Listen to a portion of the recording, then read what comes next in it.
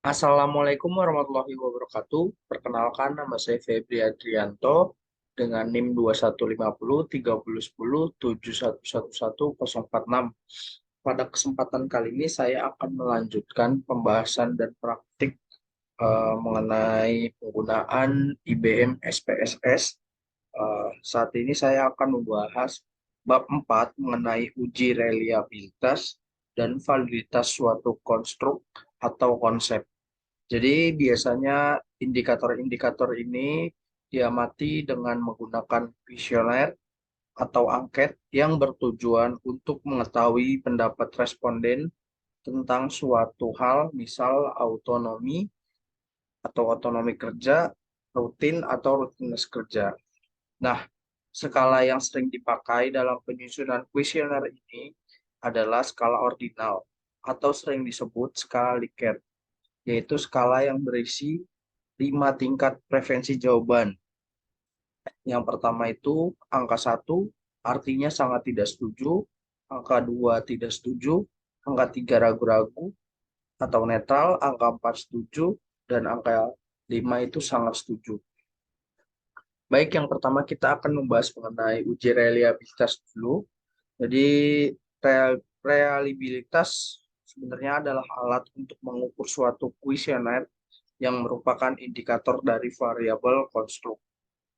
Nah, suatu kuesioner ini dikatakan reliable atau handal jika jawaban terhadap pernyataan adalah konsisten atau stabil dari waktu ke waktu. Jadi bisa dikatakan reliabilitas itu kalau jawaban-jawaban atas pertanyaan eh, pengisi kuesioner atau responden ini stabil dan konsisten dari waktu ke waktu. Jadi tidak ada yang berubah-berubah. Baik, untuk memberikan gambaran cara menganalisis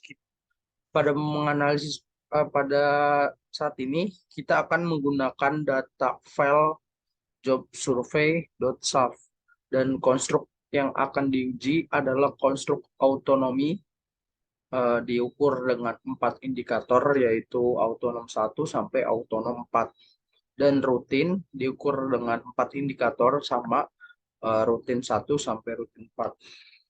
Baik, eh, langsung aja kita uji mengenai reliabilitas ini. Yang pertama, step yang harus kita lakukan adalah membuka SPSS-nya seperti yang bisa dilihat di layar. Selanjutnya kita buka file yang akan kita gunakan yaitu job survey.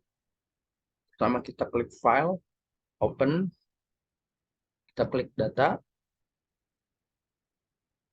lalu kita klik job survey.saf, kita klik open.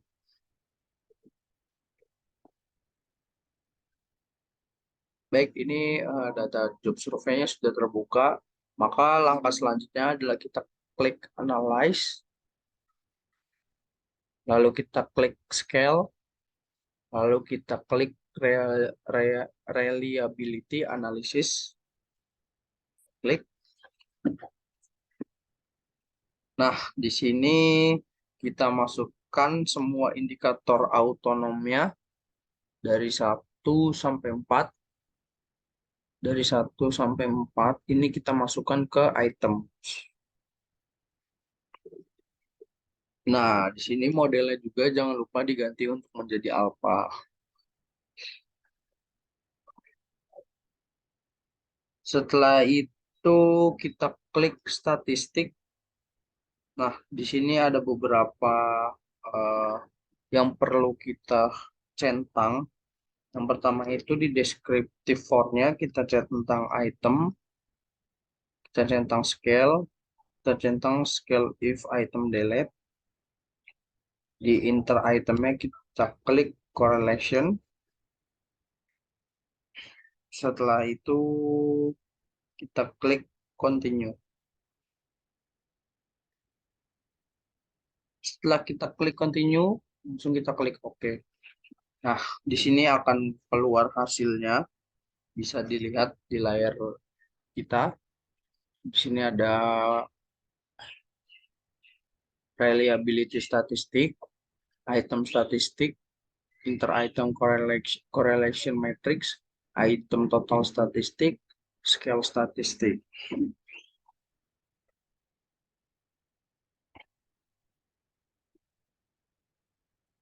Nah,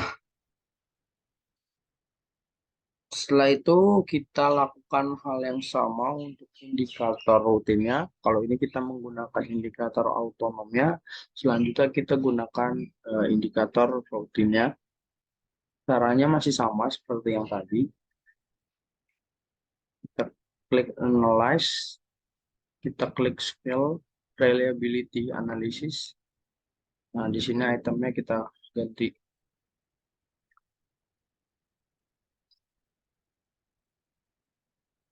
Di sini kita masukin rutin 1 sampai rutin 4. Masukkan ke items. Kita klik statistik. Oke, ininya tidak ada yang perlu dirubah. Kita klik OK. Nah, ini akan keluar hasil yang sama, tetapi indikatornya berbeda. Nah, bisa kita lihat di sini di item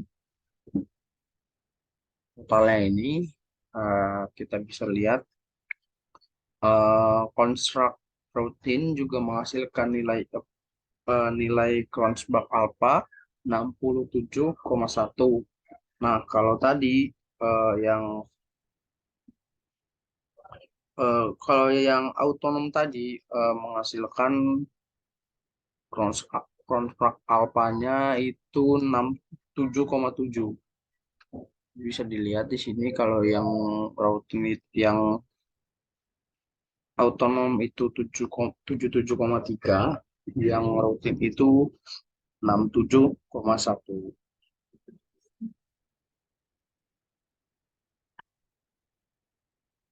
Baik, di sini kita bisa lihat eh, jawaban responden ini konsisten jika dalam menjawab item rutin 1 sampai 4 nilainya berkisaran di bawah 3 untuk rutin rendah dan di atas 3 untuk rutin tinggi. Nah, responden yang menjawab tidak menjawab konsisten jika ada item rutin dijawab 1 dan ada rutin dijawab 5.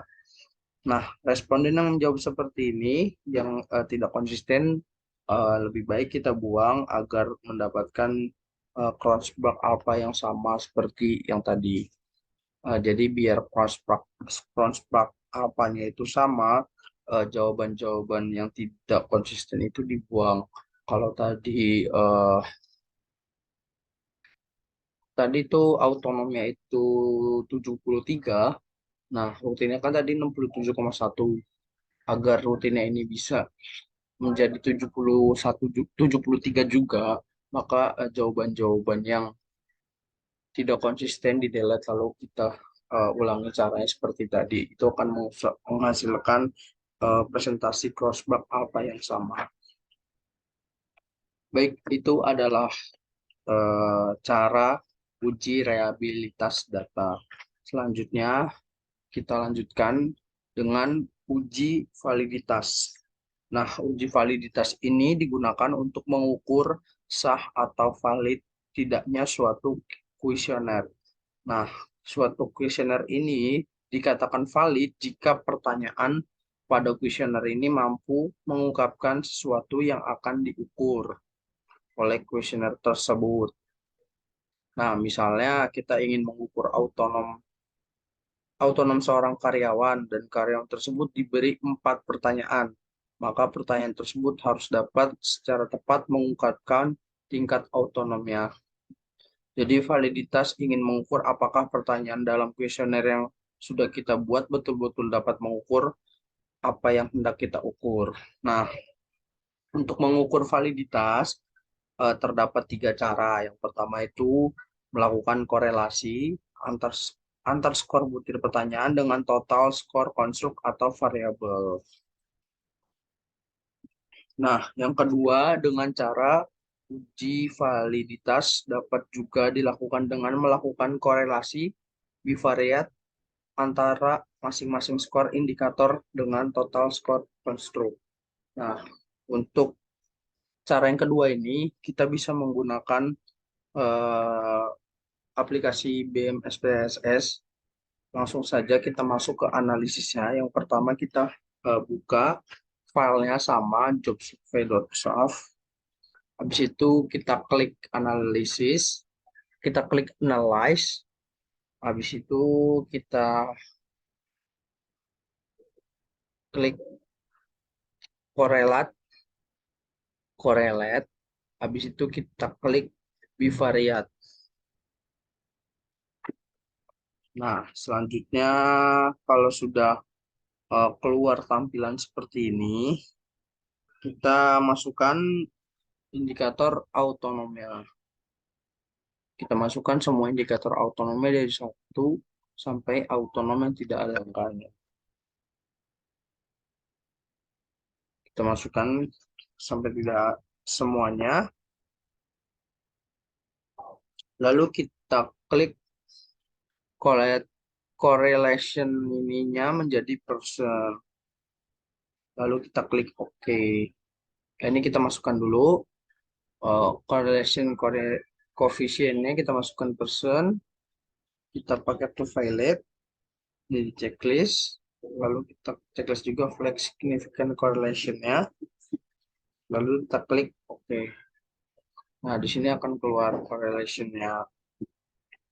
Nah, dari tampilan di layar ini terlihat bahwa korelasi antara masing-masing indikator autonom 1 sampai autonom 4 terhadap skor konstruk menunjukkan hasil yang signifikan. Jadi dapat disimpulkan bahwa masing-masing indikator pertanyaan adalah valid. Hasil analisis korelasi bivariate dengan melihat output Cronbach alpha pada kolom correlate item. Total correlation adalah identik karena keduanya mengukur hal yang sama. Jadi ini data yang digunakan adalah valid dan pertanyaan-pertanyaannya juga valid. Nah, ini juga bisa dilakukan caranya sama dengan indikator-indikator yang lain seperti indikator rutin. Selanjutnya uji yang ketiga adalah uji dengan confirmatory factor analysis atau biasa disebut CTA. Analisis faktor konfirmatori digunakan untuk menguji apakah suatu konstruk mempunyai unidimensionalitas atau apakah indikator-indikator autonom 1 sampai autonom 4 yang digunakan dapat mengkonfirmasikan sebuah konstruk atau variabel. Nah, langsung saja kita masuk ke langkah-langkah analisisnya. Yang pertama kita masih menggunakan data yang sama yaitu data jobsurvey.saf. Teman-teman bisa buka dulu. Setelah itu kita klik analyze. Kemudian kita klik dimension reduction. Habis itu kita klik vector. Nah, di sini kita masukkan semua indikatornya ya, dari indikator autonom. Ini kita masukkan ke variabelnya. Lalu kita masukkan indikator rutinnya juga. Rutin 1 sampai rutin 4. Rutin 1 sampai rutin 4 kita masukkan juga. Selanjutnya kita klik deskriptif. Kita klik KMO. Dan kita klik initial solution. Lalu kita klik continue. Lalu kita klik rotation. Di sini kita klik Verimax. Nah, di displaynya ini kita klik rotate solution. Setelah itu kita klik continue. Habis itu kita klik traction. Nah, di traction ini metode kita ganti prinsipal komponen. Analyze your correlation matrix. Displaynya ini. Extract-nya based on ini. Selanjutnya kita klik continue. Lalu kita klik OK. Nah, di sini sudah keluar hasilnya. Asumsi yang mendasari dapat tidaknya digunakan analisis vektor adalah data matriks harus memiliki korelasi yang cukup. Nah, di sini juga,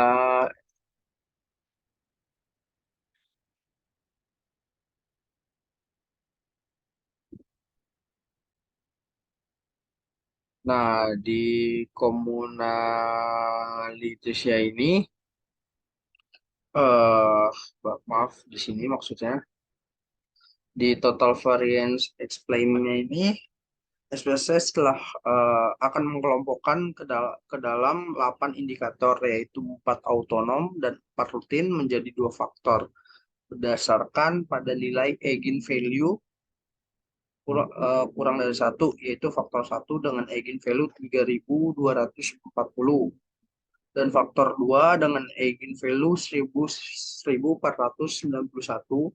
Dari tampilan output SPSS terlihat bahwa faktor satu mampu menjelaskan variasi sebesar 40.490, mohon maaf, 40,49% dan faktor 2 menjelaskan variasi 18,643%, atau kedua faktor mampu menjelaskan variasi 59,138%.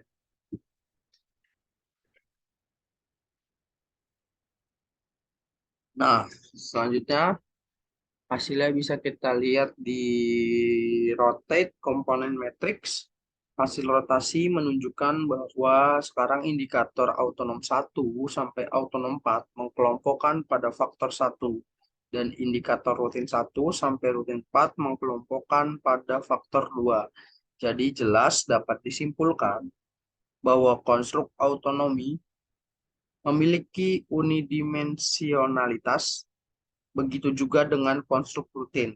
Atau dengan kata lain, indikator autonom semuanya valid dan indikator rutin semuanya juga valid. Baik, itu adalah beberapa contoh dan langkah-langkah dalam uji reliabilitas dan validitas suatu konstruk atau konsep. Mungkin segitu saja yang bisa saya sampaikan dalam pembahasan penggunaan aplikasi SPSS bab 4, yaitu uji reliabilitas dan validitas suatu konstruk atau konsep. Kurang lebihnya mohon maaf. Wassalamualaikum warahmatullahi wabarakatuh.